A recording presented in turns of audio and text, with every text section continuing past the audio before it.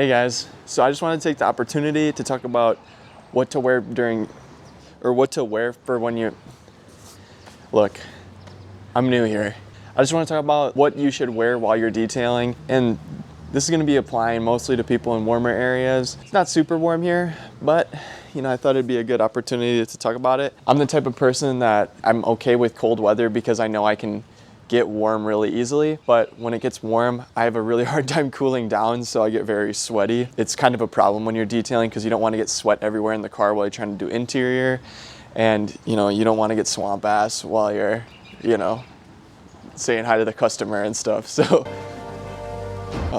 totally haven't been there. So I'm just gonna go through a couple different outfits. So let's go through these outfits real quick. I'm just gonna keep this brief.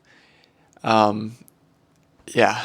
So to start, we have the detailer, and this one's pretty straightforward. Shouldn't need much explanation. Next up, we have the hobo.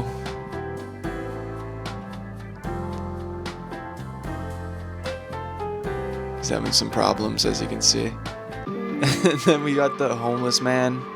The sleepy man. Your resident sleeper, I guess is a better way to put it. So just got out of his nap time.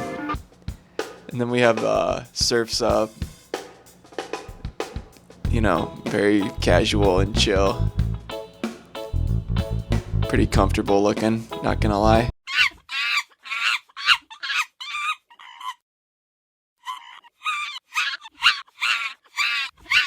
Yeah, so let me know down below which one's your favorite for dressing up for a detail. I know there's a lot of great options to choose from. So like I said, this is for warmer weather. I'm very used to colder weather, so when it's colder I can usually just wear a sweater and I'll be fine, but with the warmer stuff, that's where it gets the problem. What I'm wearing is to be somewhat professional.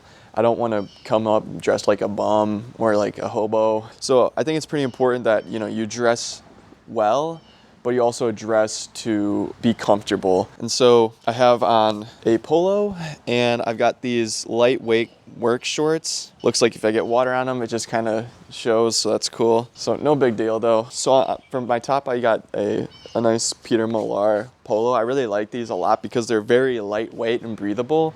And so if I am sweating a lot, you won't really notice it because it just kind of wicks away the moisture super quickly. That's why I really like this polo a lot.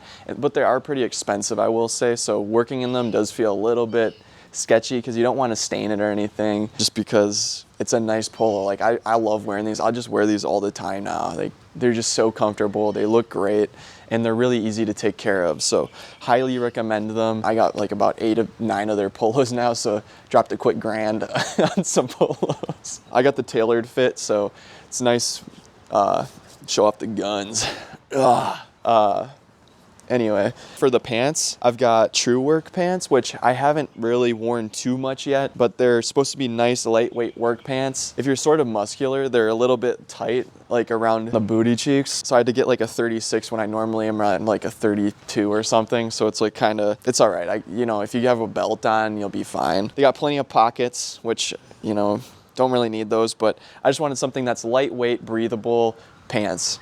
That's very hard to find. I usually like to wear khakis, which aren't very breathable, but these seem to have a lot more of a light nature to them. And so if I was working in a very hot car, I feel like I'd be fine for the most part, but it does seem to have an issue with clinging onto moisture. So I did wear them in the rain and kind of just were wet for like an hour. So they don't seem to be wicking or anything, which is kind of fine. Another thing I got here is a hat. I got a bucket hat, and it's got a closed top. I know you can get these like really nice bucket hats with like a mesh on the top to let your head breathe. These will help you to keep the sun out of your eyes, and just to keep you focused on the task instead of worrying about all the sweat and stuff. It'll kind of help to get that sweat off your forehead too, and it'll just keep you nice and comfortable. So definitely recommend getting lightweight clothes that'll kind of wick away moisture and also not have to worry about being stained, because you are going to stain stuff like all the time.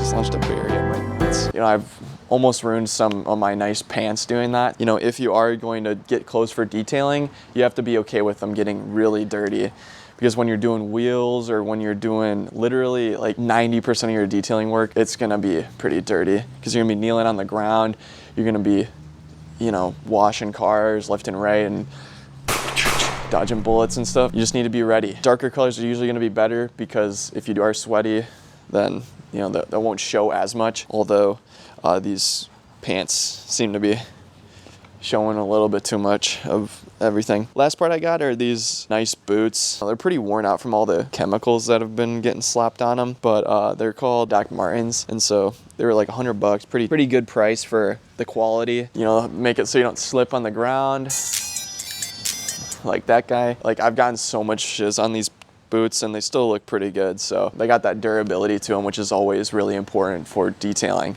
Like I mentioned a million times, you are gonna get freaking dirt everywhere. Don't wear white. What an idiot. Whatever you do. Because when you're doing those floor mats, stuff gets everywhere. Like if you're using a lot of carpet cleaner, that stuff will just get launched everywhere. Try and dress appropriately for the job. The way I'm dressing right now is to be a pure professional. Like, how do I look? Pretty professional, right? Like, if you saw me, he's gonna hard be like, yeah, that guy looks pretty professional. I can already hear you guys saying it, so write it in the comments for me. Or something. If you don't have to dress in any sort of way, like you could just wear shorts, you'd be honestly feeling probably even better than I am. I love shorts, but it's like no one likes looking at hairy legs, okay? Let's be honest. So if you can get away with it, shorts are great, but most of you guys who like do this for work or probably can't get away with that. The polos though, like these are, I'm just in love with these things, so I'd definitely recommend these guys. I don't know if you guys can see this, but their logo on the back, I actually kind of liked it. So that's sort of what I based mine off of. Not fully, mine's a little different, but that's just, you know, a little bit of inspiration, a little bit of thievery going on or something. I've honestly seen this logo in a few other places though too, like different companies. I don't think they're related. I think it's just a very generic logo. So whatever. It's not like I'm really stealing from ruins or anything ancient like that. Another thing is if you need, you know, if it is sunny, you could always get sunglasses. I mean, sunglasses are always a good option. I'm not a huge fan of sunglasses just because I don't know, I just like having my eyes open, I guess. But I guess if it's really sunny or you polish the car so well that you can't see correctly, then those could help you. Do you need gloves? Depends on what chemicals you're using. I majority of the time don't use gloves, but I know if you were wearing those like kind of, what do they call them, like polyester, or it starts with an N, nitrile. So I know like a lot of detailers will wear gloves while they're doing work. I personally don't really bother. And for the most part, my hands look fine. So like here, why are you looking at my hands so much? So you don't have to worry about, you know, gloves too much. I personally don't. It probably makes you look more professional if you have gloves, but when I take them off, my hands are always like massive pools of sweat noodles. So I just kind of don't bother with those too much and just focus more on just keeping my hands clean during the detail. Like if they get soapy and watery, then I'll just make sure to dry them off. I mean, it's not really that important in my opinion. From my experience, I haven't really noticed that. You know, gloves are really that pivotal in any sort of detailing business or work. But if you're doing the detailing videos, hey, you might want to wear gloves because then you'll look really cool. I mean, I think that pretty much covers it for men. You can always wear like a nice short sleeve shirt or something. Really do recommend something breathable though, because when you're inside the car and you're in the interior and it's been sunny and the car's been sitting outside, like it's gonna be a freaking blazer up in there. I've had a couple of videos probably in the past where I'm like sweating donkeys. You're so freaking warm and you're inside the car. I guess another tip would be that if it is really warm, a nice thing you can do is to just have all the car doors open after you do your wash and all that. So then the car will have some airflow, and at least when you maybe get in there, it'll be cooled down a little bit. I always thought that when I first started detailing, like it would be better to close the doors because then I'm keeping all the scent in there, all the chemicals and all those like, you know, nice smells in there. But honestly, it's better to just have almost no smell in my opinion. And then if you do want to add a smell, just to have that air freshener in there. That's been my like workflow lately, is to just focus on more on the cleaning. And then if I want to come back with the air freshener, like if the customer specifically asks for it, then I'll throw that in there. Majority of the time,